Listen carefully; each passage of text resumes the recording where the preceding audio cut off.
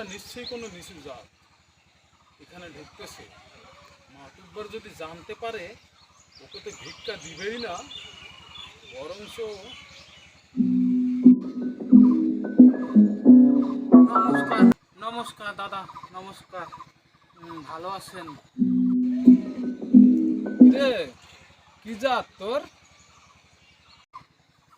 আগে দাদা চন্ডাল। চন্ডাল? আগে মাতুব্বর মশাই যদি জানতে পারে তুই চন্ডাল, তোকে তো ভিক্ষা দিবেই না, বরঞ্চ লোক দিয়ে ঘাড় ধাক্কা দিয়ে তোকে বের করে দিবে।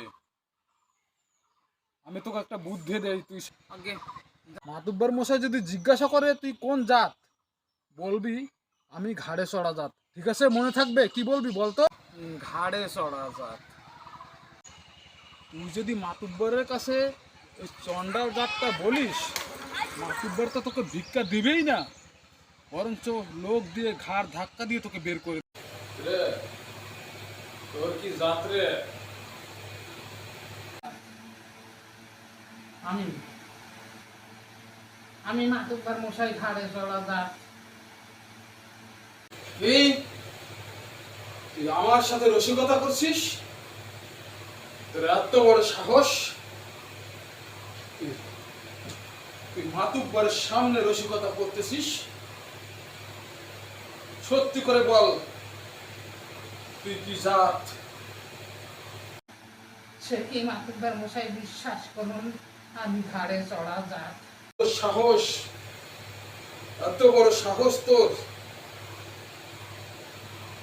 এই বেয়াদবি আমি কেন করব? আমি ঘাড়ে চড়া জাত, আপনার কাছে বারবার বলতেছি আমি ঘাড়ে চড়া জাত। বিশ্বাস করুন মাতুব্বর মশাই। তুই মাতুব্বরের সামনে রসিকতা করতেছিস?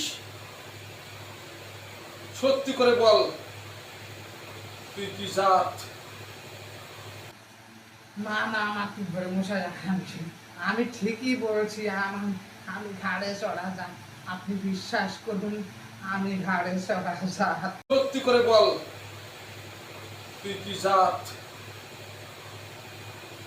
তা না হলে তোকে এমন শাস্তি দেব, তুই মাতুব্বরের সামনে বেয়াদবি করার জন্য তোকে অনেক বড় শাস্তি দেব আমি। কি হয়েছে মাতুব্বর মশাই, আপনি এত উত্তেজিত কেন? এসে বলে আমি একটু শান্ত হলাম, তা না হলে ওকে আমি এমন শাস্তি দিতাম যে ও জীবনও সেই শাস্তির কথা ভুলতে পারতো না। তুমি মাতুব্বর মশাই, এই বেচারা ঠিক কথাই বলেছে, ও ঘাড়ে চড়া জাতি। আপনি শুধু শুধু ওর উপর রাগ করে আসেন। ঠিক আছে, বলছিলাম ও তো আপনার ঘাড়েই চড়ে আসে।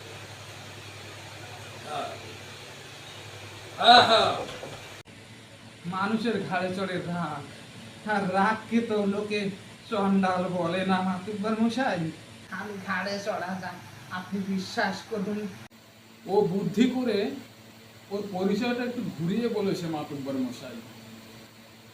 আসলে ও চন্ডাল। আপনাকে তো ওর বুদ্ধির তারিফ করা উচিত, তাই না মাতুব্বর মশাই?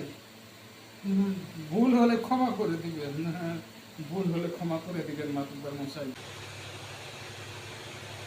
তুমি এসেছো বলে একটু শান্ত হলাম। ঠিক আছে, ওকে কিছু পুরস্কার দিয়ে দাও। যাও, এই পুরস্কার নিয়ে তুমি চলে যাও। যাও, তুমি সামনে গিয়ে দাঁড়াও। মাতুব্বর যখন বলেছে তোমাকে পুরস্কৃত করা হবে,